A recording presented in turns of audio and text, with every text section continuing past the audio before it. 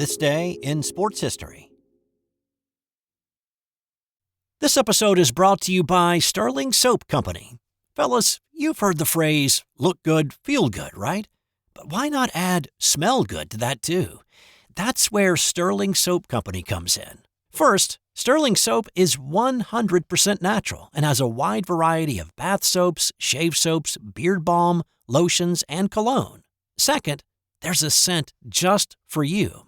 How about burgundy? Yeah, it's more than a color. The Sterling Soap folks blend natural essential oils with hints of mahogany, golden amber, and sandalwood. Or how about D503, an intensely masculine scent inspired by Legend by Mont Blanc. And third, you will feel good about the price. For just a little more than you'd pay at the grocery store, Sterling Soap will leave you feeling clean, refreshed, and ready for whatever's next. Give Sterling Soap a try today. Visit sterlingsoap.com. It's December 14th, and on this day last year, it was a crazy turnaround game for the Las Vegas Raiders. I usually go a little further back for my stories for this podcast, but this was an interesting one. So it's a Week 15 game between the Los Angeles Chargers and the Las Vegas Raiders. It had been a rough couple of weeks prior to this one for the Raiders. They'd lost 3 straight, and the week before had been beaten 3-0 by Minnesota on a fourth-quarter field goal. The Chargers were having their struggles, too, having lost 4 of their previous 5 games. Raiders running back Zamir White was handling the rushing load with Josh Jacobs out, and he capped off a 12-play drive with a 1-yard run to get the scoring started, and was not really close to foretelling what was really on the way in this ballgame. The Chargers coughed up the football on their first drive, and the Raiders pounced. QB Aiden O'Connell hooked up with Trey Tucker for a 30-yard strike. Chargers running backs had apparently greased their hands before this game because, well, they put it on the turf again. O'Connell threw another 3 touchdown passes in the first half, and the Raiders scored 42 points in the first 30 minutes. That's the second most ever scored in a half, second only to New England's 45 that they scored in a half in 2009. But the Raiders were not quite done. John Jenkins had a 44-yard scoop and score to make it a 56-7 ball game, and then 2 plays later, this happened. Here's Al Michaels with the call for prime last year. The second down and 13. Oh, baby. Unbelievable. Jack Jones. They do it again. I mean, there are bad dreams, and there are crazy bad dreams. And for the Chargers, it's been that kind of a night. LA had 5 turnovers on the day, and the Raiders took advantage of them. That Jack Jones pick 6 and the PAT were the final points they scored. The 63 points they put on the board are the most points ever scored by an NFL team that had been shut out the week before. Things got worse for Chargers head coach Brandon Staley. He was fired the next day. With 4 weeks to go in the NFL regular season, a lot of eyes are on Philadelphia's Saquon Barkley to see if he can eclipse the single-season rushing record. He's averaging 125 rushing yards a game, and if he stays on that pace for the Final 4, he will just have enough to eclipse the number that was established on this day back in 1984.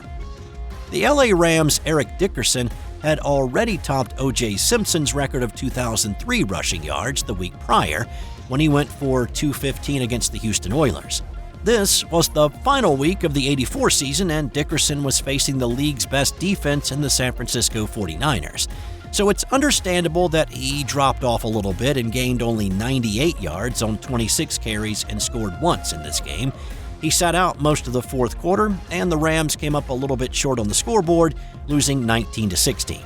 Through 16 games, Dickerson accumulated 2,105 yards, and that has been the standard every running back who's come into the league since has reached for, but come up just a little bit short.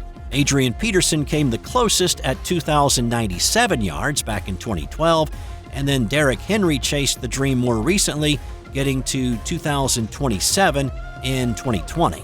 If Saquon stays on his pace of 125 a game, he'd beat Dickerson's mark by 18 yards. On this day in 1965, the Kansas City Chiefs suffered their second tragedy in 3 years. Just 2 seasons before, Chiefs rookie Stone Johnson died a week after a neck injury on a kickoff during a preseason game. And now here in 65, second-year man Mack Hill died unexpectedly 2 days after a knee injury he suffered during a 34-25 loss to Buffalo. Hill had torn the ligaments in his right knee, and he was having his knee operated on when he suffered a sudden and massive pulmonary embolism and died. Hill had gone from unknown to one of the fan favorites in KC. He'd rushed for 627 yards and scored twice during the 65 season, and he was averaging 5 yards a carry. Even though he had been in the league for 2 seasons, the Chiefs continued to honor his memory every year with the Mack Hill Award, presented to the Chiefs' best first-year player.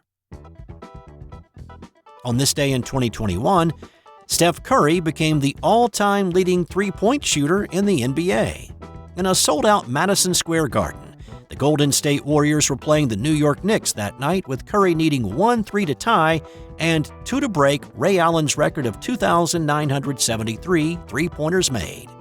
With 7:34 left in the first quarter, Curry buried his second 3 of the game to claim the record. Alec Burks guarding him from the start. Wiggins again. Here's Curry for the record. It's good! There it is! Stephen Curry, the all-time three-point king of the NBA! Amazingly, it took 511 less games for Curry to set the record than it took Allen. And of course, he continues to add to it. Currently, he has 3,825 three-pointers heading into tomorrow night's game with the Dallas Mavericks. Both Ray Allen and Reggie Miller, who Allen passed back in 2011 to become the all-time leader, were at the Garden to celebrate the moment.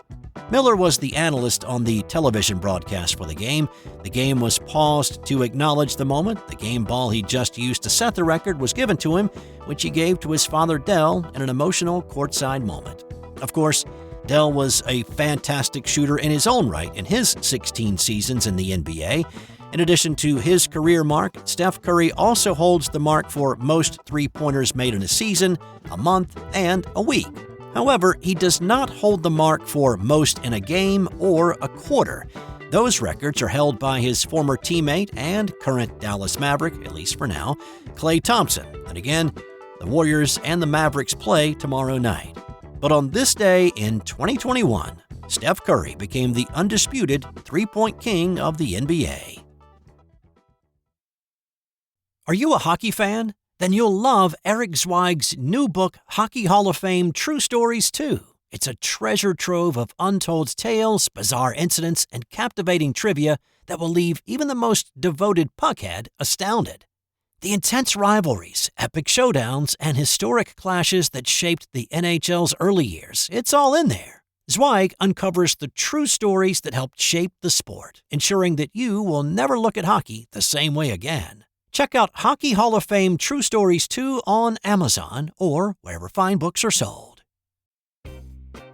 On this day in 1988, the Miami Heat won their first game in franchise history.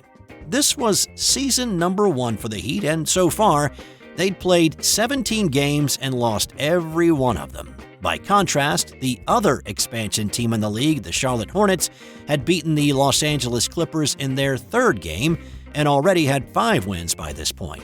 One of those was against Miami. Well, on this night, the Heat were on the road at the Los Angeles Sports Arena, taking on those same Clippers that the Hornets had beaten. The Heat built a 12-point lead in the second half, and then they had to fend off a Clippers rally led by Danny Manning's game-high 23 points. When Ken Norman's jumper with 2 seconds left missed, the Heat grabbed the rebound and celebrated their 89-88 win, which was win number 1 for the franchise.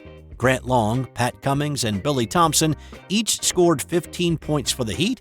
The 17-game losing streak was the longest to open a season in NBA history. That streak was tied twice before being broken in 2009 by the New Jersey Nets and their 18-game losing streak to start the year. That was then equaled by the 76ers in 2015. And in 2019, LSU quarterback Joe Burrow won the Heisman Trophy with the highest percentage of first-place votes. Of the 927 total voters that year, Burrow received 821 first-place votes for a 95.5 percentage, just a little more than Oregon's Marcus Mariota's 95.2 back in 2014. And time now for today's That Ain't Got Nothing to Do with Sports fun fact. Say, what would you talking about, Willis? What did you say? What? What did you say? During the 19th century, the practice of picnicking in cemeteries became a popular activity. First, there was a lack of public parks in many places, and cemeteries were typically made to look like gardens, so it provided a pastoral setting. Also, due to high mortality rates, it provided a way to be close to a loved one who had recently passed. Regulations prohibiting certain refreshments on the grounds had to be implemented because of its increased popularity.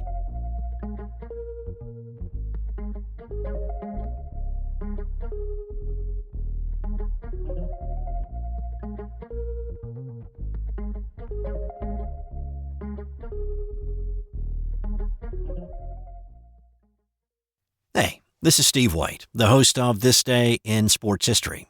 Thanks for listening to this episode.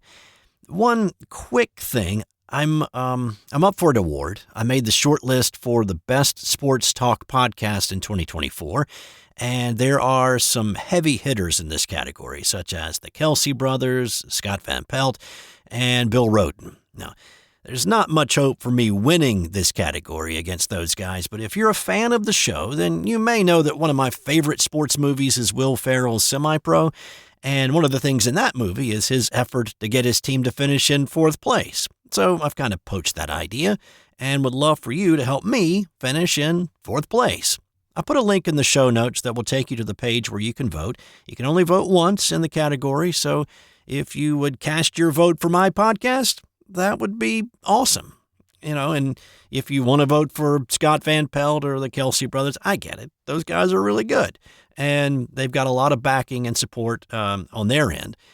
This is just a little solo project for me, and I have a lot of fun doing it and bringing it to you every day. But if you wouldn't mind, you could vote for my podcast. That would be super awesome. Appreciate it. Have a great day. I'll be back tomorrow.